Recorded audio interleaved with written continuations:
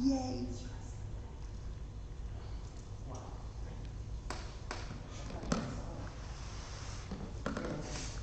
Go ahead. Okay, so welcome everyone.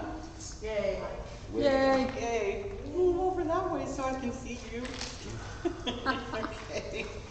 So welcome to Moonpath CUUPs, everyone. We are the Covenant of Unitarian Universalist Pagans, and this is our host congregation. We gather every Thursday, except for Thanksgiving. We hold large public rituals for all 8 Sabbaths, which are our seasonal celebrations. We use the word pagan to describe this group, as it's inclusive, and we have many folks from many different belief systems. We ask that everyone treat each other with dignity, kindness, and respect, and that everyone pitch in to put back the chairs, clean the tables, and take out the garbage, etc., etc. So we'll do a really quick go-around, since we have a couple of folks that, have just recently come, and do a quick introduction. You want to start, Brune? Sure. Hi, everybody. I'm Brune. I have been involved in this pagan community for 5 years, I think, something around that. Time is subject to interpretations. I have been exploring many paths. I'm a wanderer of lots of things, including North Heathenry, Druidry, and I'm finally exploring some of the Wiccan path that usually people start with. I'm coming in from the other side and trying to connect everything together. So happy to talk to all of you about your esoteria and anything else. I'm Christine, or Zabette online, and I'm a follower of Gardner. I'm Jeannie, and I love coming to classes here. I'm Pamela, and I found this place on Meetup, and the best thing that's ever happened to me.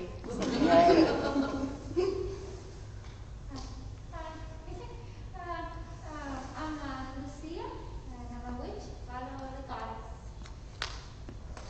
I'm David. I'm a Satanist. I follow Lilith, being integrative, Elder Mothers, and that's it. Love you. Good. So we haven't done introductions for a while now, so I'm used to everyone taking a while for their introductions. Okay, whatever. So the Sky Bear, aka Panda, very proud solitary natural witch and dragon magician. I follow the Lord and Lady, and my pantheon includes Pan, Bathsheba, Poseidon, Hades, and Thor. And I will say Happy Thor's Day to one and all. From here to cyberspace, I get something good now. Happy Thursday. Happy Thursday. I'm Alana, witch, Hellenic pagan. My patron gods and goddesses are Athena, Hera, Hermes, and Hecate. Of course, love that. Hello, my name is Balder. My name is actually Matthew, but I go by Balder. I'm part of the OBOD. I'm learning Druidry and the Bardic path through that. I'm also exploring other paths. Yeah. Okay. My name's Birch. I'm a tree, also a Germanic pagan, dedicated to Jord and her many faces. And I'm a vulva who practices different blots on full moons, and I like howling. I'm Jen, also known as Moss. I am a member of the Blue Star tradition and classified as British Traditional Wicca, which we'll be talking about tonight. So happy to be here. So I'm Oksana. I'm the facilitator of this group. I am Cuban, Spaniard, French by heritage. And so I grew up in the witchy tradition. Most of my family growing up in New Jersey were santeros and brujas. My mom tried to raise me Catholic. Very successful. Did not work. I've been a lifetime practicing witch. I didn't think I called myself pagan until I was in my 30s probably, because I just did what I did and it came natural. I'm also a minister. I'm thrilled that I finally got out of school and I have For my now. practitioner certificate to practice. I've been doing weddings along with my partner Alba and Wiccans and different things. I'm having a blast. And I love having everybody here. So welcome, everyone. Thank you. So for those of you that had volunteered for our workday this Saturday, we have decided to postpone that until further notice for several different reasons. So I want to make sure that if you didn't see my text on Meetup or on Messenger, that everybody's aware that we will not be working outside this Saturday. Okay, so does anyone have any announcements, anything they'd like to share with the group? I would, but my announcements have run out for the past couple of weeks, so I'm fresh out. Okay, any birthdays or anniversaries this week? No. No dirging. No dirging. Baby, 2 weeks. I know. Then we can dirge the baby, but it has to be born. You can't dirge until he's here. Turgid in the hospital, the doctor comes out. Your So baby she'll have to birthday wait is for on her. my calendar at home.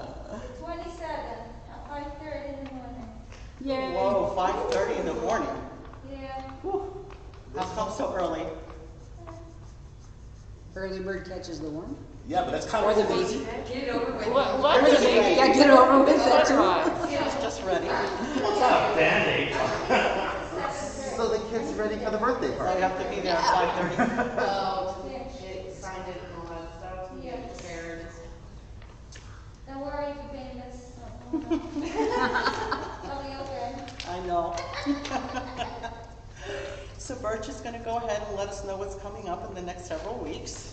I am indeed. So today we're going to learn, as Moss said, about British Traditional Wicca. But how many Wiccans does it take to change a light bulb? Can't tell you. It's a secret. So we're not going to learn that tonight, apparently. Unless we do it. Next week, on July 22nd, Chris is going to be presenting the history of Lammas/Lugnasa. Join us as we explore the history, traditions, and the magic of the holiday. We will cover the role the sacred festival plays in the Wheel of the Year, and rituals that can be done for groups as well as solitary practitioners. And then on July 29th, Diane is presenting Shamanism Part 2. In this second part, we delve deeper into the practical work of doing shamanism for modern pagans. Learn some of the techniques used to create sacred space and journey to the realms beyond for discovery and transformation. Also learn simple and effective ways of maintaining spiritual bonds with other than human beings all around us. And that brings us to July 31st, which is going to be a hybrid event between the YouTube and the UU. Is our Lammas celebration. Do we have any tickets left?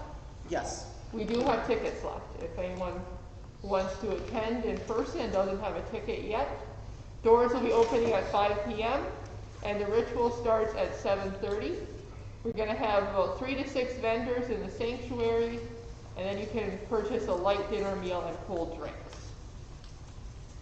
And we'll finish up with the annual chocolate ritual, August 5th. A favorite for one and all. I, who am the beauty of chocolate chips and the satisfying softness of big bars, the mystery of how they get the filling inside of truffles, and fill the hearts of all but Philistines with desire, call unto my soul to arise and come unto me, for I am the soul of chocolate. From me do all sweet longings spring, and unto me all of you shall return again, and again, and again, and again. Be sure to bring along some chocolatey goodness to eat during the ritual. If you're at home, have it right there by your computer desk. If you're in person, bring it along to share. Yeah, yeah. Can someone tell I like the chocolate ritual? No, No. would not have guessed that. And we do pass the cauldron. We ask you to donate $2 if you can. We do help support this church and this building. And if you can give more, great. And if you can't give anything, we're still glad you're here. And we start with a prosperity spell. With this gift I give to thee, let it come back to me by the power of three. Blessed be, so mote it be.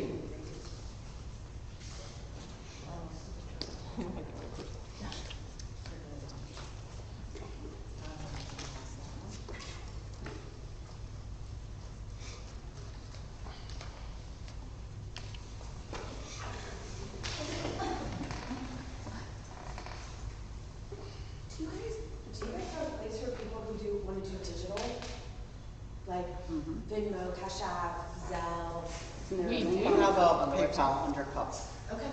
If you want to make a donation through PayPal, it's through our email, cups, CUUPS, leadership@AOL.com. Perfect. Thank you so much.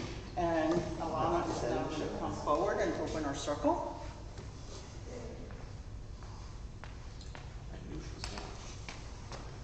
Okay, we will start with lighting our remembrance candle. Those who are remembered live.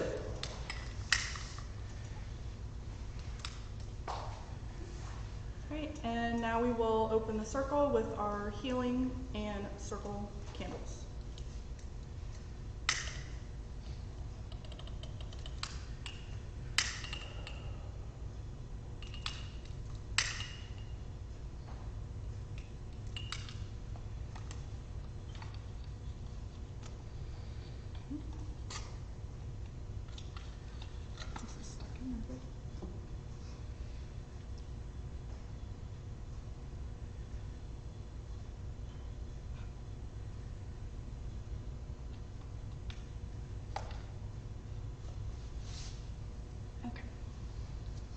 Moonpath Children in this place, together leave our sacred space.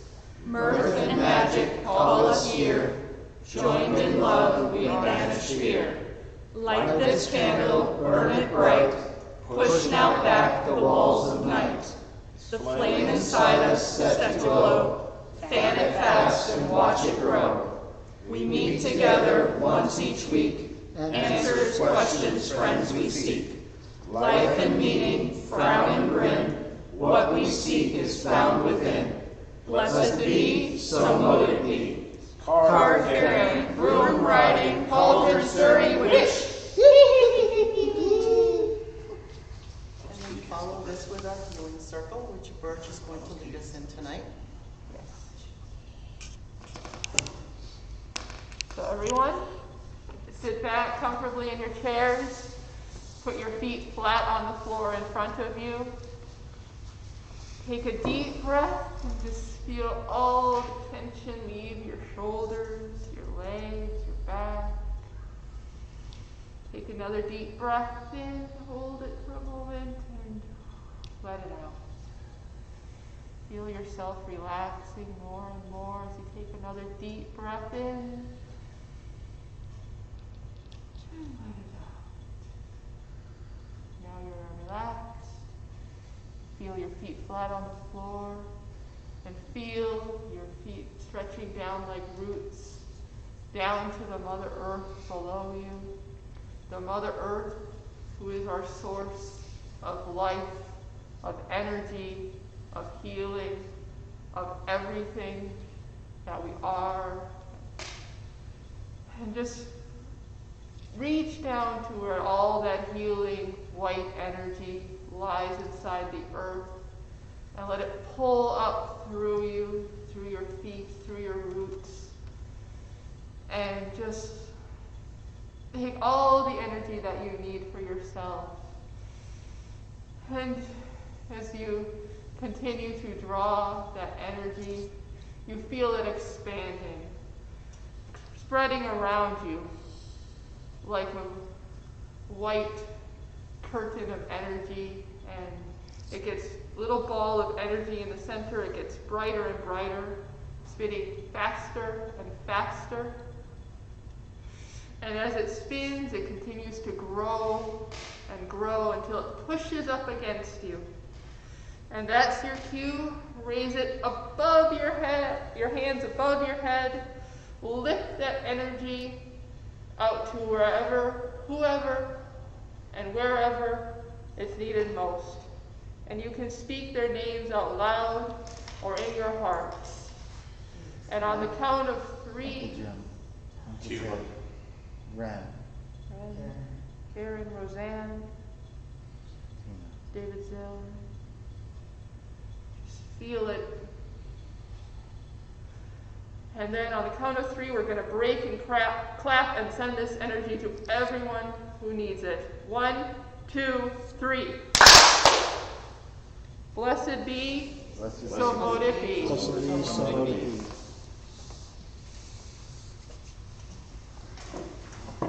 So Jen, I think the floor is all yours. Well, she's on the floor. So Practically. Yeah, practically. We're trading floor spaces. I have cookies to share when we were doing this next thing. what type of cookies? The lemon with chocolate.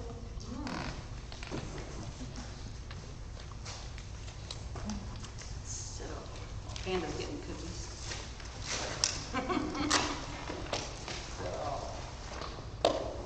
One thing we hear thrown around a lot is the term British Traditional Wicca. Panda. So, Hold on. Sure. I'm sorry. Please don't do that. That's cross-contamination. We cannot pass them around and share. Thank you. I'm sorry. Begin. no problem. So one thing, a term that we hear pushed around a lot is called British Traditional Wicca. And the joke being that I can't tell you it's a secret comes from part of the traditions. So things that define what British Traditional Wicca are. There's 3 main things. One is there's a lot of material that is oath-bound. So in other words, I can't tell you, it's a secret. Okay.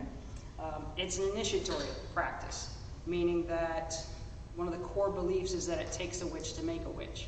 So self-initiation is not part of the practice. Okay. And it's a mystery tradition. So there are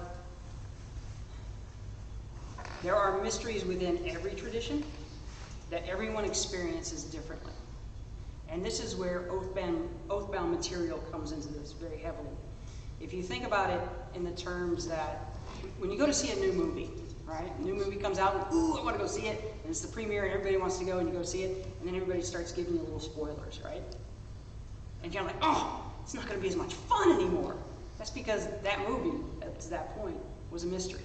And you're going to experience it in the moment, in the now, and as part of that mystery. The way it was meant to be by the makers, the way it was meant to be explored. You find other things as you see that movie over and over again. Later on, you're going to see some little detail you didn't notice before, or there's going to be just a different part that has a different meaning for you the more you experience it. But that first time is always special, and that's where the oath-bound part comes in. So I wouldn't want to spoil the mystery that I experienced for the next person by sharing something they're not necessarily ready to hear or learn. Not to say that there's anything different or special or makes it better than. There is no better than. It's simply what works for you. It's very regimented traditions. There's several steps to take. So when you talk about oath-bound material, it's kind of like giving those spoilers. You want the seeker or the student to learn those things and experience their mysteries for themselves. We might perform the exact same rite in the exact same way. That's part of the teaching. But the mystery we experience is different for each and every person. When you met your Lord or your Lady or your guiding spirit, whoever, that was personal. And just because I tell you how it should be, doesn't mean that's the way it's going to be for you. So that, again, is part of the oath bound. So there's nothing that makes it, yeah, it's turned into a joke. It's like, how many does it take to change the light bulb? I can't tell you. Probably like everybody else, 3, because, one to watch, one to tell you what you're doing wrong, and one to actually do it. So, just guessing, because they won't tell me either. Okay? So those are the bases of what British Traditional Wicca is, but where does it actually come from? So every tradition that traces back to literally the New Forest Covenant. And this is in the 1930s, Gerald Gardner. Okay? So everybody hears the name Gerald Gardner. He's listed as the father of modern Wicca. Okay? So Gerald Gardner in the 1930s, he was, let's see, he was retired at that point. He was known by the craft name of Skier. He's an English Wiccan. He was an author, an anthropologist, and an archaeologist. And he rebelled against his Christian upbringing, similar to what many people do when it just doesn't feel right. It just doesn't really answer those questions. And through his travels, he traveled to Cyprus. He wrote some novels. A Goddess Arrives is, I believe, was the first novel he wrote, but that was before he was actually initiated into the New Forest Covenant. He met, where he settled down, he met a Rosicrucian Order Crotona Fellowship. So what this was at that time was, it was operating as a theological society and a thespian society. So it was a combination of both. And they would put on plays and act and do these. And in his feeling, it was a bunch of people that really didn't have to work for a living that were kind of telling everybody else how to do things. Okay, I'm just paraphrasing here. And within that, though, were a couple of people that he felt were different. They were a little bit more aloof. They didn't necessarily tell you what to do and how to do it and what you were doing wrong and you should experience it this way, and again, part of that oath-bound part. And as he worked with them more and more, and he separated himself from the Rosicrucian order, he was invited to a few meetings with the New Forest Coven, and according to him, not realizing what was actually happening, in the middle of his initiation, he discovered that he was being initiated into the New Forest Coven. Okay. The coven itself, he believed that it had been there for centuries and centuries, and it's kind of funny because another joke is, you know, I learned this from my grandmother's as family tradition. Well, the 1,000-year-old tradition doesn't exist. It really doesn't, because these were oral traditions. They're recreations for the most part. Many of us, and I'm sure some of you here, have had those personal interactions with your deity that tell you how they want things done. They tell you what they want you to do, okay? And that's what they want you to do now. And it may be different from what they did previously, but it's what they want to do now. And so some of these things were based on that. I know that when I speak with my patrons, they want a certain thing a certain way. It's like, not a problem, I'm going to do that for you. But it's not written down anywhere. I can't go back to a book and learn it. I can't go back through history books because things just weren't written that way. Okay. So he believed it was centuries old. Later research into them, he was initiated into that coven about 1939-ish. It had actually only been in operation for maybe about 10 years at that point. So as a cohesive coven. Okay? Not to say that some folks hadn't been practicing something from their own family from whenever they grew up. I mean, there's things that I learned from my mother or my great-grandmother. They're very Irish, but they're not pagans. They're Christians. They didn't necessarily recognize what they were passing down to me. They were simply family traditions. But now when I see them in a different view, it's like, oh yeah, makes a lot of sense. Okay? And so we all receive those things. So technically we all have a family tradition, every single one of us, okay? But it's not that capitalized tradition that we're talking about here today. Okay? So through this, he founded, Gerald Gardner founded a group known as the Bricketwood Coven, and he introduced an entire string of high priestesses into the religion, including Doreen Valiente, which is another name that you hear thrown around. She's a poet, she wrote books, there's a lot of information out there about her. Lois Bourne, Patricia Crowther, Eleanor Bone, and through these people, the Gardnerian community spread throughout Britain, into Australia, and subsequently across many different nations, including ours, into the U.S. It came to the U.S. roughly in the 1950s and 1960s, okay? And crazy thing about once it gets here, it just kind of starts to explode, which is kind of fun. So, Doreen Valiente, she was an English Wiccan. She wrote much of the early liturgy within the Gardnerian tradition. So again, these weren't written traditions. They were oral traditions. There is a Book of Shadows. Everybody's got their Book of Shadows. You know, Atsana taught a great class about that, and they're all individual. Within these traditions, quite frequently, you begin your own personal book of shadows, and as you progress through your teaching and through your levels, you are either permitted to copy or you're given the information of your teacher's book of shadows. Okay? So that leads again to all that you're copying someone else's copy who copied it from someone else. So, you know, things can get misspelled, things can get left out, things that could be relevant 50 years ago are not relevant today. So somebody decided, I don't really need that, so I'm going to put it over here. Okay? So they're changing living traditions. That's one of the wonderful things about it for me. But she is credited with much of the original writings about Gardnerian traditions, and she's a very well-known author for that. She learned of Wicca in 1953 and was initiated into the Gardnerian tradition by Gerald Gardner, soon becoming his high priestess of the Bricket Wood Covenant, helping him produce and adapt many important scripts for Wicca, such as the Witch's Rune and the Charge of the Goddess. So almost everyone is familiar with that. It's a very core piece of poetry that people use even to this day because it resonates. I know it resonates with me. I'm sure it resonates with many people here. And it's just a very powerful piece. She was also part of the first Wiccan Read that was published, which we'll talk about in a couple of minutes as well. In 1957-ish, they had some disagreements, and they split up. They split their coven. Doreen went her way, and Gerald went his. Apparently, it's happened a few different times. She was friends with the Farrars. So Stuart and Janet Farrar, again, more names. All these people knew each other, and they're all the basis of many of these traditions we have today. A gentleman by the name of Evan John Jones, and she was an early advocate for the idea that anyone could practice Wicca without requiring initiation. So she was trained into a tradition that says it takes a witch to make a witch, and later became an advocate for you can self-initiate. Okay? That you can practice that without having someone else tell you it's okay to practice that. She is widely revered in the Wiccan community as the mother of modern witchcraft. So the difference, he is the father of modern Wicca. She is the mother of modern witchcraft.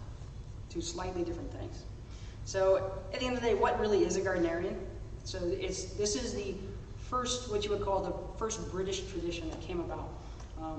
They have two principal deities, and again, I'm not Gardnerian, so I am giving generals.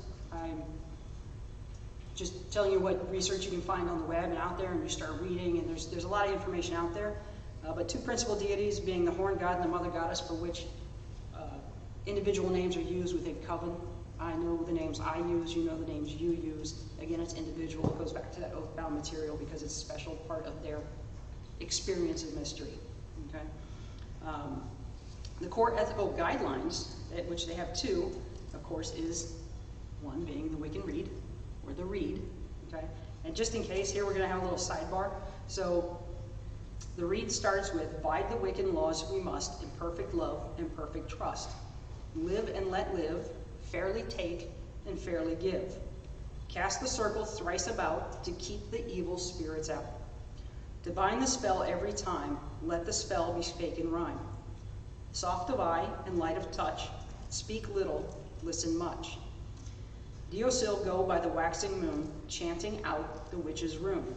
Widdershins go by the waning moon, chanting out the baneful rune.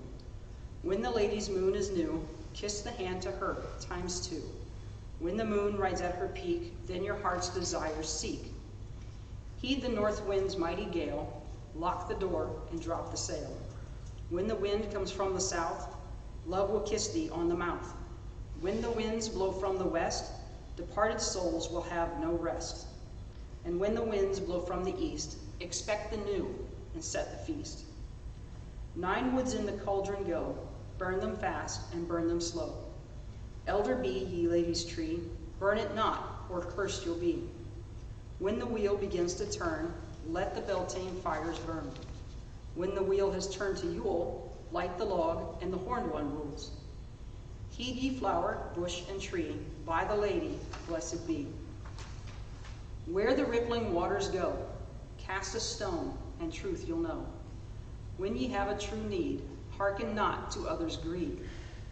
With a fool no season spend, lest ye be counted as his friend. Merry meet, and merry part, bright the cheeks and warm the heart.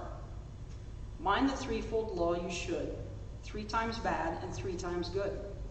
When misfortune is enow, wear the blue star on thy brow. True in love ever be, lest thy lover's false to thee.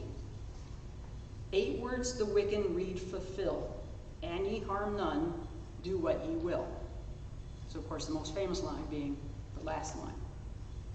Everyone's heard of that one. So there is just a ton of controversy over who actually wrote that or who published it. Some folks will say, oh, my grandmother wrote that long before and this was hers. It's a true story, true story. There is one lady that claims that, and then when they go back and do the history and they do the research and they're like, listen, your grandmother was alive 20 years before Gerald Gardner, so where did that really come from? So there's, is it a collaboration? Most likely. I'm sure somebody took something they read somewhere and they put it together and, ooh, I added this one and I added that one. And there are a couple of different versions out there. This is just one. It's all, you know, they're all a little bit different. But the last line is the one that most people know. Okay? So, and ye harm none, do what ye will. So, generally Doreen Valiente is credited with the first cohesive version. Doesn't mean it's true because a lot was published right about that time, but it's in general. Okay? So, the word reed means advice or counsel. Okay? So the reed, R-E-D-E, is advice or counsel. It's actually not a law. Okay? So it means that these are guidelines, and you should try and work within these guidelines and think about really well what you're doing here. If you work outside the guidelines, well, sometimes you have to, we all know this. But it's something to think about. The second is that the advice to harm none stands equally between harming others and harming yourself. It's something else that people frequently overlook. It's not just about what it's going to do to you. It's about what that return is going to do to me. Okay?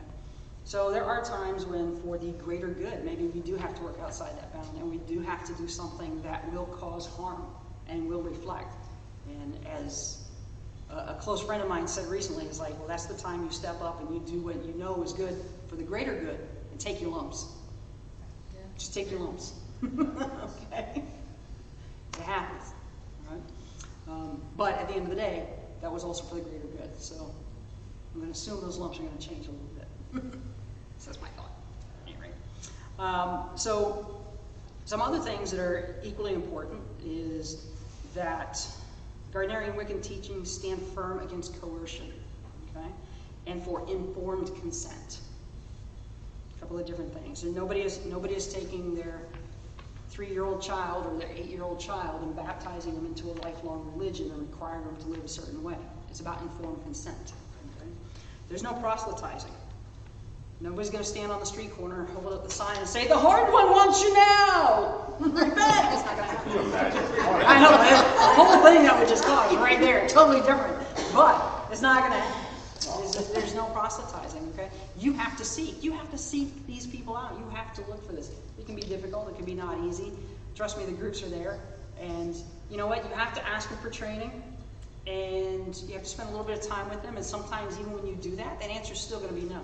It doesn't mean it's a bad answer. It doesn't mean you're a bad person or that they're a bad coven or a bad teacher. It just means maybe not right now or not in these circumstances. Yeah, the old adage of when the student is ready, the teacher will appear. Correct. So best thing to do is just wait until that happens. It could be in the long run that that just wasn't the group for you, or maybe they just weren't ready for what you needed, or whatever the case may be. Okay? So, let's see. If it harm none, includes not only the other, but the self. So weighing the possible outcomes of an action is part of the thought given before taking an action. Okay? So like tossing a pebble into a pond and observing the ripples that spread in every direction is sometimes used. The declarative statement is do as thou wilt expresses a clear statement of what is philosophically known as free will. Okay? So Gardnerian's teaching discipline and free will. Informed consent. So the law of return. The law of return is a great one, and we used it just a few minutes ago here, right? The threefold law. Another one very controversial. It means something different to everyone else. So the threefold law, meaning basically that whatever you put out, good or bad, comes back to you 3 times over. Okay, there's very similar, you know, you reap what you sow. Just about every organized group has something very, very similar. And it has, you know, it's there to help you consider what your actions will do and how it will affect others, those ripples. Okay, those ripples that we look for. Okay, so again, controversial for some, for others not so much, but it is something to really think about. Okay, so that leads us to, does that mean Gardnerians are the only British traditional Wicca people? Nope. Okay. But British traditional Wicca is traced through lineage. Okay, so all lineage is traced back to that original coven founded by Gerald Gardner. Right. So the next step kind of down that line would be Alexandrians. So Alex Sanders and Maxine Sanders in the 1960s. This is after Gerald brought his brand over here to the U.S. Okay, it's based very much so on Gardnerian Wicca because guess what? They were initiated into Gardnerian Wicca. Okay. Now, Gardnerian Wicca uses a cross-gender initiation process, meaning that a priest makes a priestess, the priestess makes a priest. Okay, it's very gender-delineated roles. Women have a particular role, men have a particular role. This is not women stay in the kitchen, men stay in the garage. That's not what that means, but it is to reflect the duality of Lord and Lady, God and Goddess, male and female. Modern teachings vary a whole lot on this, and I'll get into it shortly, but that is a component of British traditional Wicca that's there. So Alexandrians also use the same cross-gendered initiation. Again, I can't speak for any of them in their current practices now because I do not belong to those practices. Okay? I'm just giving you basic generalized information. All right? But the Alexandrian also includes parts of elemental magic, ceremonial magic and Kabbalah, which Gardnerians don't use. Gardnerians are focused very much on supporting community, about what happens around them, about how their actions affect others. Many people, especially in the early stages of Gardnerianism, were civic leaders or people prominent in their social groups, completing good works and such as that. Okay? So the Alexandrians brought in some more ceremonial magic. Okay? So it's a little bit different. The distinctions between the two over time have, of course, blurred because, again, people share, people change. They might add something, might take something away. Vivian Crowley was trained in both, okay? And she will often train her students in both traditions at the same time. That's what she would do. So they would have the same background, so how could those lines not blur? All right? This created actually another tradition called the Algar tradition, which that's what it's known for. It combines both the Alexandrian and the Gardnerian. But again, still British traditional because it traces directly back through to Gerald Gardner. Okay? Let's see. Janet and Stuart Farrar both were initiated into the Alexandrian tradition by the Sanders.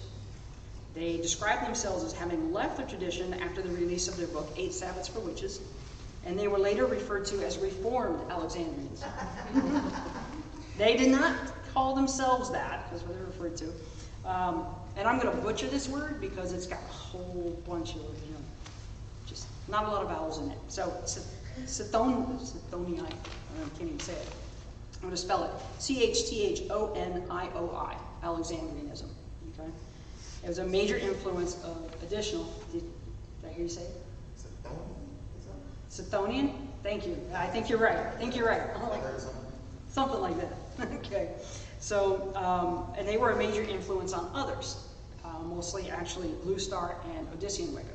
Okay. So again, this is all just kind of cascading. All these people, they start with Gardnerian and through to Alexandrian to Chthonian to others as they come down. But at the end of the day, they each hold on to some core beliefs in that it is initiation, mystery tradition with oath-bound material, but it all traces back still to Gerald Gardner in the New Force Covenant. Okay? So the Chthonii, Alexandrian Wicca, grew out of the Alexandrian process long day, practices with its founders in the 1970s, and has, again, unbroken lineage back to Alex and Maxine Sanders, who from there go back even further, okay? So the differences between Alexandrian and Chthonian include the worship of the gods and goddesses of Greece, so a Greco-Roman pantheon, versus the traditional gods and goddesses of Britain. Okay? So a little bit different pantheon. Okay?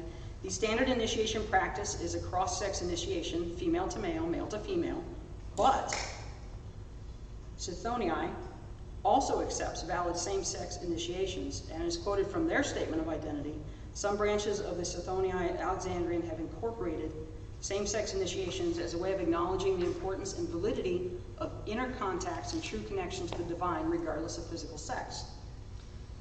Although not universally practiced, we nonetheless acknowledge SSIs are equally valid and lineaged. So now you have the first British Traditional Wicca saying, hey, no, we think this is actually, it's okay, same gender initiations, okay? But because of this, many of senior Alexandrians say, nope, you're not Alexandrian, because you do that, that's bad. Okay.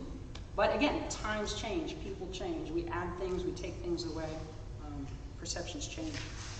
So Algarve Wicca, that we talked about briefly before, was founded in 72, and I believe that was somewhere in the Boston area, okay, by Mary Nesnick, who was an initiate of both Gardnerian and Alexandrian Wicca, okay?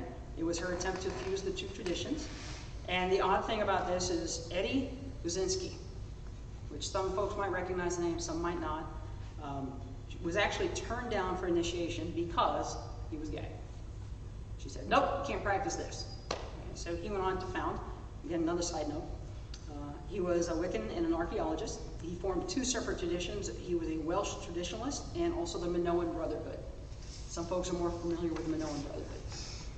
Okay, so now, and from that later also developed the Radical Fairy movement and several others. He moved his Minoan tradition into the back room of a place called the Magical Child in New York with Herman Slater. And from this, a whole bunch of crazy things just started happening after that, okay? Some of the others that were mentioned, so Mohicans. So again, this is a couple of people that, you know, in the 1960s, they started, it was Bill and Ellen Mose. They started experimenting a little bit with a Ouija board, and they got some messages. And they're like, well, where did these messages come from? So they asked, who are you? Well, I'm Pan, and this is what I want you to do. Oh, okay. So they started doing their research, and guess what they discovered? Pan was an old god. So that is how they came into the craft. Okay?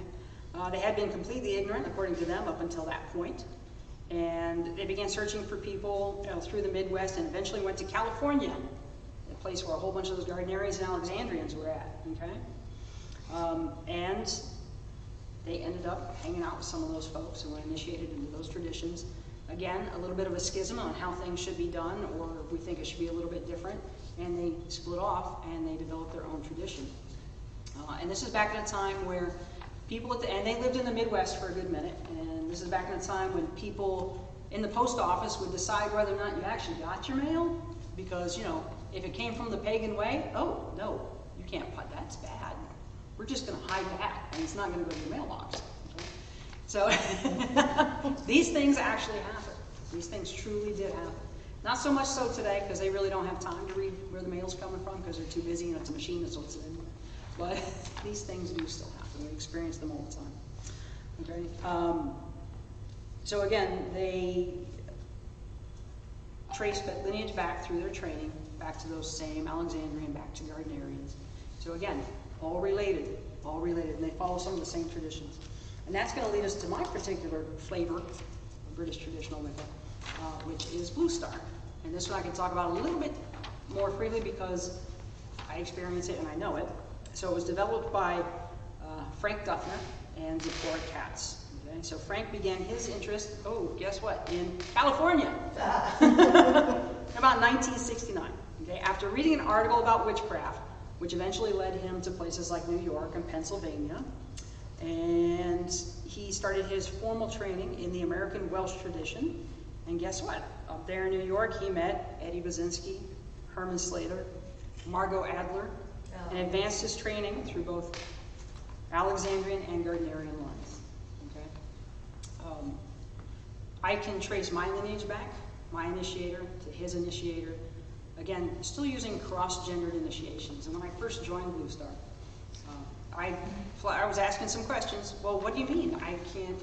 So there's within an operating circle, we have a high priest and a high priestess, or priest and priestess, and you have a handmaiden and a summoner. Okay, handmaiden assisting the priestess, summoner assisting the priest. Okay, in various things, various duties. And I asked the question, well, why wouldn't I be trained? Why am I only trained for handmaiden? Why am I not trained here? Because girls don't do that. Okay, and it was pretty adamant. And I'm like, okay, I have to really go back and think about that and decide whether that's going to be really something for me or not. And I worked with it, and I'm like, okay, well, I'm going to stay for a little while. This is before I had taken the first step in the learning process, which is called dedication. So as a seeker, you go out and you look around and you find a grove or a learning group, which is what I did. And the best way to do it back in that day was the bookstore. You went to the bookstore. How many people started in the bookstore, man? Yeah, all us. Sorry, ladies, old parts. We started in the bookstores. And maybe one of the young ones or two. Because that was the best place to go. And usually there's like some little card in the window or a little card like on the corner of the counter or something. So for information about, please call this number. Or it had a little mailbox, and it was always a P.O. box. Oh, yeah. It's always a P.O. box. So you respond to it, and you might get something back, you might not, and you start to meet people, and they might not be a good fit for you, but they might introduce you to someone else. Okay? So back then, at this point, I had known about myself not being a Christian, being on a pagan path since in high school. So it's been a few years already, and I answered one of those little cards in the corner of the bookstore, and I met a couple of folks, and it turns out that they were a Blue Star teaching grove. They weren't coming at the time, they were a grove. It was a bunch of like-minded people. Some were dedicants or neophyte, which is the next step above that, and they would meet together every couple of weeks, doing similar things to what we're doing here. Okay?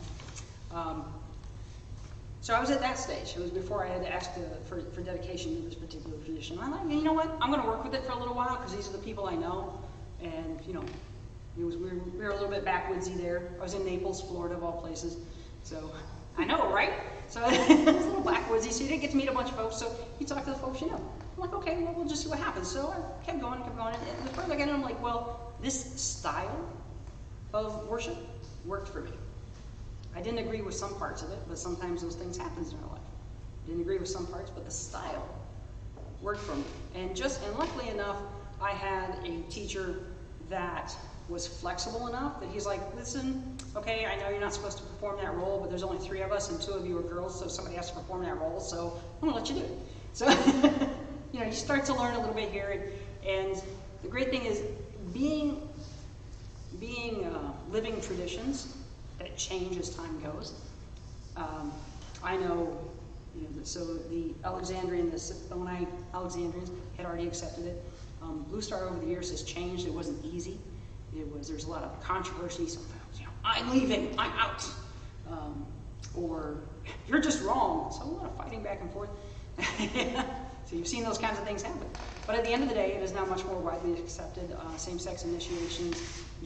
Physical gender is not so much what is looked for to fulfill a role.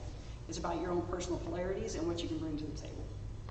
So it has grown. So at the end of the day, I was really happy I kind of stuck with that because I was able to be there for that and see those things happen and watch them change. So that has been magical from the start. But a little bit more, so after you learn for a little while and you're attending these open meetings, and that was one thing that initially Blue Star was condemned for by a lot of hardcore people, is because they would say, oh, we're doing an open Sabbath, or we're doing an open new moon circle. Anybody's invited. That was unheard of. Yeah. It was unheard of. You didn't invite anybody because who knows who they were, and it could be somebody crazy, and you could get all the nut jobs, and some people got nut jobs. But hey, we're all still here, right? It's all good. Nobody shot down the churches. However, it was just a bad thing. So it was ostracized a lot. But we've always maintained that same traditional open. There's a lot of things we do that are just open because you're a seeker. You're going to come, you're going to look. If you can help you to the next level or to the next state, that's just something we do. Something that we also do a little bit differently is we use a lot of music within our liturgy. There's a lot of songs involved in casting a circle, in calling the quarters, songs involved for particular deities. And to me, it's, we play Home Again, which I'm sure some folks have heard. So Home Again is always a beginning. It's like a call to, it's like a call to worship kind of deal. Because again, we're coming home. And I know many people have felt that way. When you find your niche, you are coming home. And so we always start with that. And, the music helps and it leads you into that. It's always, to me, it's actually a very beautiful expression, expressive thing. So you can ask to be dedicated to your path. So dedicated is an outer court situation. Outer court meaning closed circles are now open to you. So if before they met once only on the Sabbath was an open circle where anybody could attend. If they were having a closed circle, you could attend also because you were known. You were trusted. Okay? You've learned the things you need to learn so you know what to do. From there, the next step, you could stay there for the rest of your life if that's what you want to do. If you just want to attend church, so to speak, and sit in the pews, you can stay there. It's a stopping point. It's an introduction and a stopping point. The next step along the line would be as a neophyte. And a neophyte says, I want to learn more. Okay, so it's a learning phase. After that is something you become initiated. So you step into the clergy. So there's first, second, and third degree. And these are very common. Again, this is stuff you can look up online. There's nothing oath-bound about this material. Okay? You can step into that first degree, and first degree is a stopping point. You can sit there for the rest of your life if you want. Okay? Second degree is another learning phase. Third degree is often referred to as a high priest or high priestess. It's totally independent and autonomous, and you can split off and form your own coven, and you have complete say over your coven. So we have no central, another great part about Wicca is there's no central governing board. If I'm a third degree, I don't have to go ask permission of somebody to teach something in my particular coven. I can change that as I need to. So hence, same-sex initiation, allowing cross-gendered roles. Okay, those things can all happen. Does it cause problems? Yep, because everybody's got their opinion, and like other body parts, everybody's got one. Everybody's got a nose, everybody's got an opinion. It's just there. It is what it is. Okay? So they're all changed, they're all different. But at the end of the day, it's about learning to work together as a family and move forward and enhance your tradition. It does create offshoots, it does. How else did we go from Gardnerian to Alexandrian to Odyssean or Mohesian or Blue Star or any of the others? It's all slightly different, but at the end of the day, there's the same core. We have the reed that we follow. We have the threefold law that we follow. It's oath-bound material, mystery traditions, and what was my third one? Yeah, initiatory practice. There we go. Couldn't remember the word for a second. So it takes one to make one. Not saying that anything else is wrong. I'm not. It's if you're self-initiated and you are happy with that, you know what? I'm very happy for you. And I find that just as valid as anything else. This is simply what worked for me. Okay. So at this point, I'm going to open up to any questions. Yes, sir? Two of them, okay. What are your thoughts about Raymond Buckland and his contributing to the craft, as well as the what you could tell us as far as British traditionalists that you can allow to tell us about inclusion possibly of the trans community as well. The LGBT, they have sort of gotten their first step into inclusion almost, not recently, but so far. But what can you tell us about the inclusion of the trans community in that particular vein? That they face the exact same challenges that I faced as a lesbian. Okay? Unfortunately, just due to people's perceptions, I feel they get an even crappier end of the stick. Yeah. Personal opinion.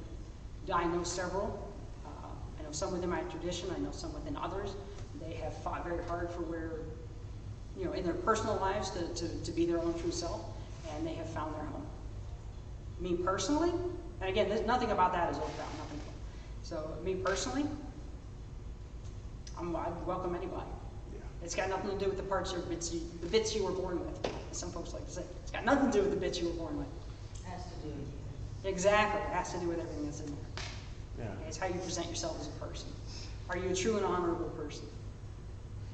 There's nothing in there that says you have to be one or the other. There was, And then as far as Raymond Buckland, man, he's, some of the first books I looked at were actually Raymond Buckland. He's got some great stuff that he has put out there. I do know he has some roots within British Traditional Wicca. He is not currently considered British Traditional Wicca. But again, you know what? There's tons of great people out there. You know, Star Hawkins is another one that she was one of the first ones that I was reading as young as a teenager. Exactly, some incredible information in there. I got a question from YouTube from Kimberly Warren. How do you become a third degree? Depends on the tradition. You study and be part of your tradition. Okay. It's individual study. Your teacher makes those decisions. You and your teacher together make those decisions. Yes, sir. You said back in the day that the place most people got started was at the bookstore. I'm sure that a lot of that still exists, but where would you recommend someone who is wants to look now? Experience more? It used to be, hang on a second, it used to be the Witch's Voice was like the bomb. It was fantastic online forum. Within the past 2 years ago, I believe they closed down. Yep. Just 2 years ago. There is another online board that has come up. Believe it or not, one of the best places to look, and don't everybody shake your crazy stick at me, Facebook. Yeah. Search the stuff on Facebook. Will you find some of the crazy stuff? Yeah, you're gonna find that anywhere. Just like answering the ad in the bookstore. I mean, trust me, back then we didn't know who we were gonna meet. You met in a public place. You met, you didn't sit on the inside of the booth. You sat on the edge of the booth just in case you had to get them run. I mean, these are all kinds of stuff. I mean, the perfect example is I met Omar through a different chat group. Yep.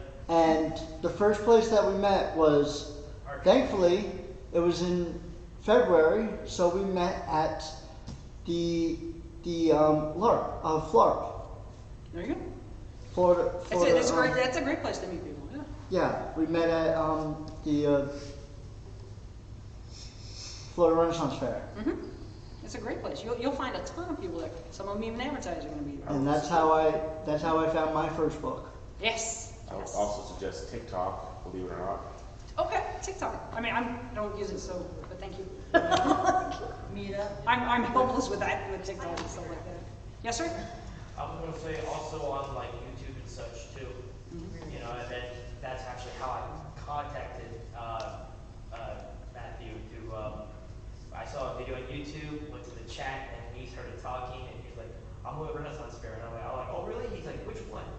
And then I was like, "The one in Deerfield," and he's like, "I'm going to one in Deerfield."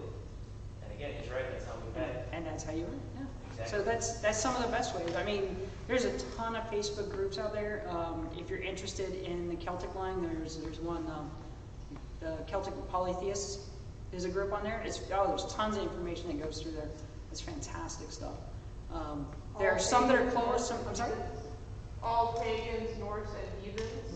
Okay, there's one. That's a good one. If you're into the Norse of pagans, which is one, and I'm in a Hellenic pagan one.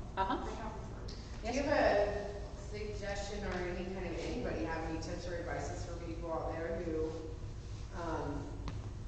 might believe everything that they read? Because I know on my journey, my path, which has been a very rugged one, I was filled with a lot of misinformation. Yes.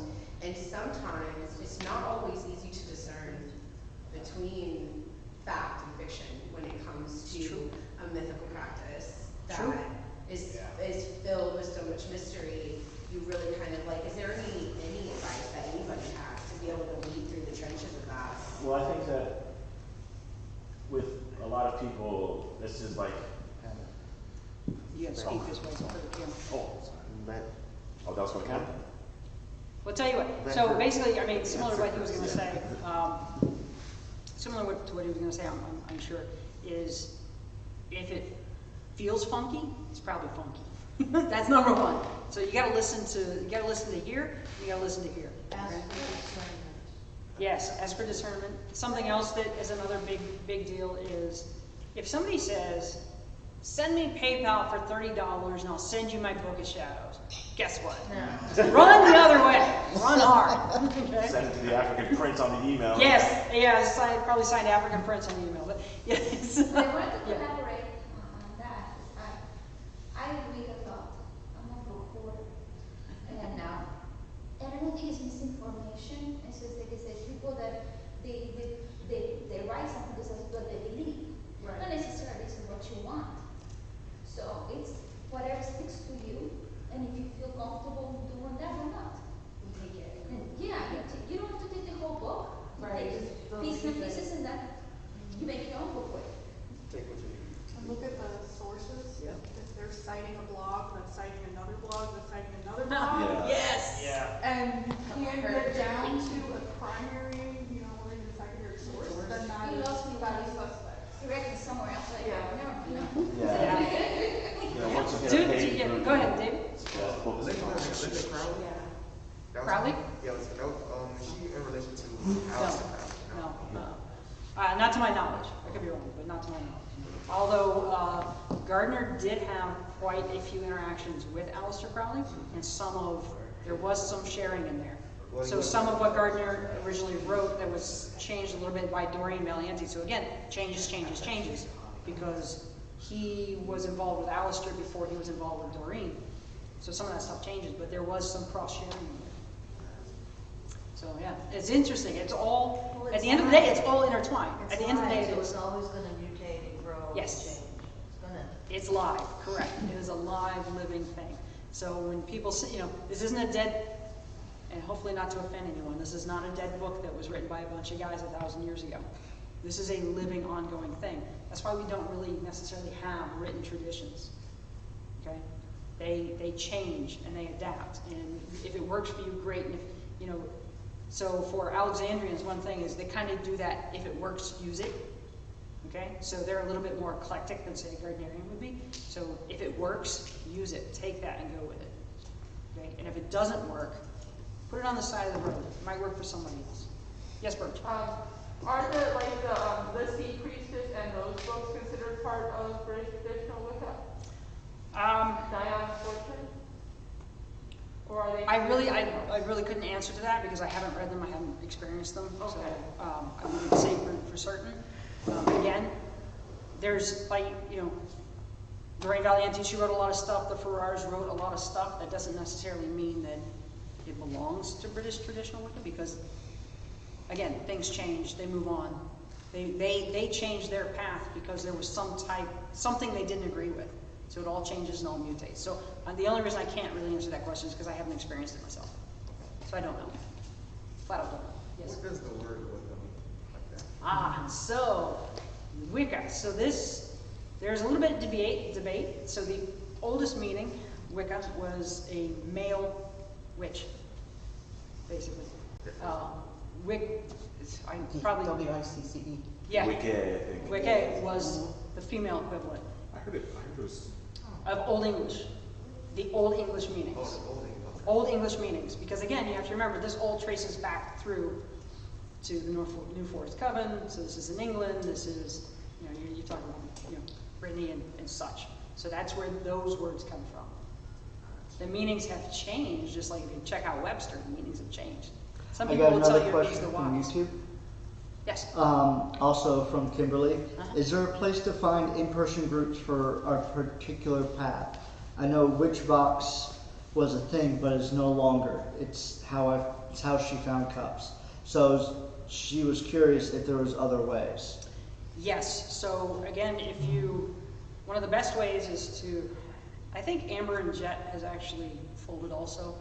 I'm not positive, but there was a group called Amber and Jet. Again, do your online searches to see if these groups are still active, some of them. And what will happen is, it's funny because someone wrote an article I was reading through all of this. And, you get down your little sidebars, your little rabbit holes, and they were talking about, so you're the newbie in the chat room. Okay? Number one, don't post a bunch of crazy stuff. Don't post anything at all. Lurk around for 2 to 3, 4 weeks. And see all the other crazy newbies post stuff and get shot down. Okay? Because when that happens, when you start posting this crazy stuff, well, my grandmother's grandmother, her knee taught me, they're all going to say, okay, whatever, and nobody's going to talk to you anymore. So you kind of learn. You need to approach it with humility, respect, and be open to learning. And be open to hearing the word no, because it's going to happen. Just, again, not that it's wrong, it's just not right then. Yeah, That's usually what it means. If you're looking around, then it's going to, most of your questions probably will be answered. Some of those questions will be, but the lurking is a chance so that you get to, read other people's posts, people that post regularly, learn things, check the logs, check and see what kind of files they've uploaded, and you will find some just amazing things in there. Jessica thinks Amber and Jet is no longer. I think so. I'm not positive, but I know that there are offshoots of those, so if you start searching them, you'll find one. The honest truth is, it's been a long time since I've had to search to find one because I'm in several already, but I know some of them are closed groups, so I would hesitate to mention them just because they're private groups. But like I said, Celtic Polytheists is an open group. You can find it, that one you can find on Facebook and start asking questions in there. But it gives you the chance to read, and they post some great information. And then introduce yourself. Say, hey, I'm in this area. This is where I am looking to go. And is there anyone out there that can help me or point me in the right direction? I can tell you now that within Blue Star, we have several active groups that have their own, if you search it, you'll find they've got their own web pages and such, some of the covens. And if you send them a note and say, hey, I'm in this area, is there anyone around here that could talk to me? There is almost instantaneously, like 4 emails that go out, and they'll be like, hey, who's in this area, and would you be willing to talk to? So you don't see it happening, but the messages go out for you. So if you start searching for things that sound good to you and sound like it's something you might resonate with, don't be afraid to log into somebody's page and just ask the question, hey, is there anybody in this area I could talk to, or would you be willing to email? And that's the best way to find folks. It's the substitute for it's the new bookstore. It's the new occult workshop. It is. It really is. There's a new one, it's relatively new, last 6 months, Witches of South Florida. Oh, yes, yes. Yes. That's right. They have a meeting tomorrow night, actually. Okay, there we go. No, Saturday night. Saturday? Excuse me. A beach Yeah, meeting. it's a beach meeting. Oh, all right. No fire for the meeting. No fire? Darn. Yeah, burn. Not burning nothing. No. Could be a good thing, Glow sticks. Glow sticks, that works too. That works too. Any other questions?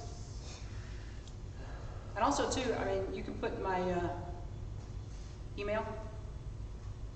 You can put my email in the chat for if you'd like. What is so, it? GDILLON 0622@gmail.com. So gdillon0622@gmail.com.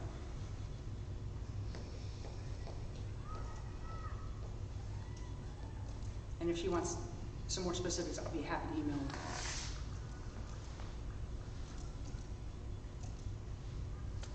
And that goes for anybody else who's watching. So y'all got my email now. No secret. Nope, no secret. That is not a secret. Definitely not oatmeal. Anyone else? Fantastic. All right. Okay. Good. Alana, would you like to close our circle? Thank you very Thank much you. for Thank you. sharing. Oh, you're welcome. Thanks, Jen. Okay, now we will close our circle. Blow out this candle, but hold it dear to everyone gathered here. Safe journeys home and health, my friends, until this candle burns bright again.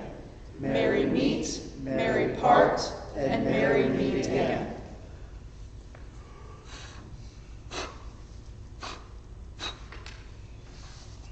Thank you, Jen. I got one thing I forgot to read. Sure. Does anybody mind Don't stop it. if I read this? Yes. So this is Doreen Valiente's. I meant to include this, and I apologize. This is her famous charge of the goddess. For anyone that hasn't heard it yet, I find it it resonates with me personally. Okay.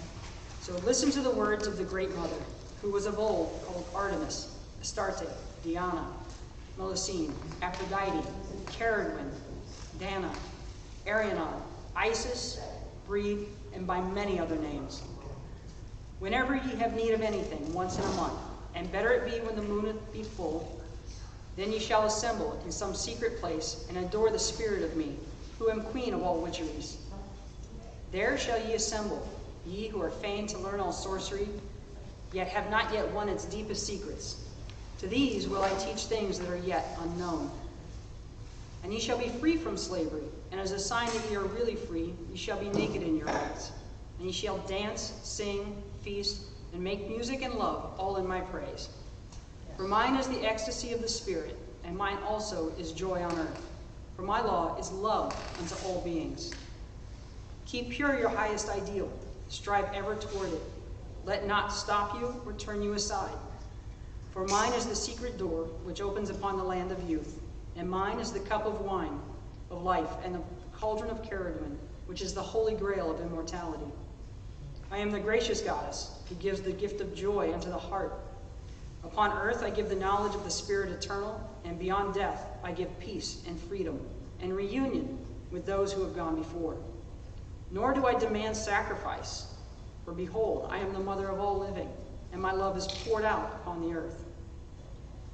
Hear ye the words of the star goddess, she in the dust of whose feet are the hosts of heaven, whose body encircleth the universe, I, who am the beauty of the green earth, and the white moon among the stars, and the mystery of the waters. In the heart's desire, call unto thy soul, arise and come unto me.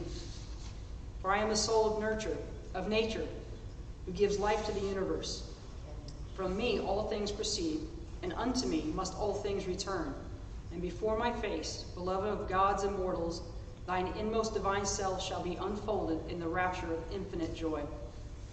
Let my worship be within the heart that rejoices, for behold, all acts of love and pleasure are my rituals. And therefore, let there be beauty and strength, power and compassion, honor and humility, mirth and reverence within you. And thou who thinkest to seek for me, know thy seeking and yearning shall avail thee not, unless you know this mystery, that if that which thou seekest thou findest not within thee, thou wilt never find it without thee. For behold, I have been with thee from the beginning, and I am that which is attained at the end of desire. So that was the original charge of the artist that was written by Doreen Valiente way back in the day. So, personal favorite. Thanks for letting me read it. Thank you.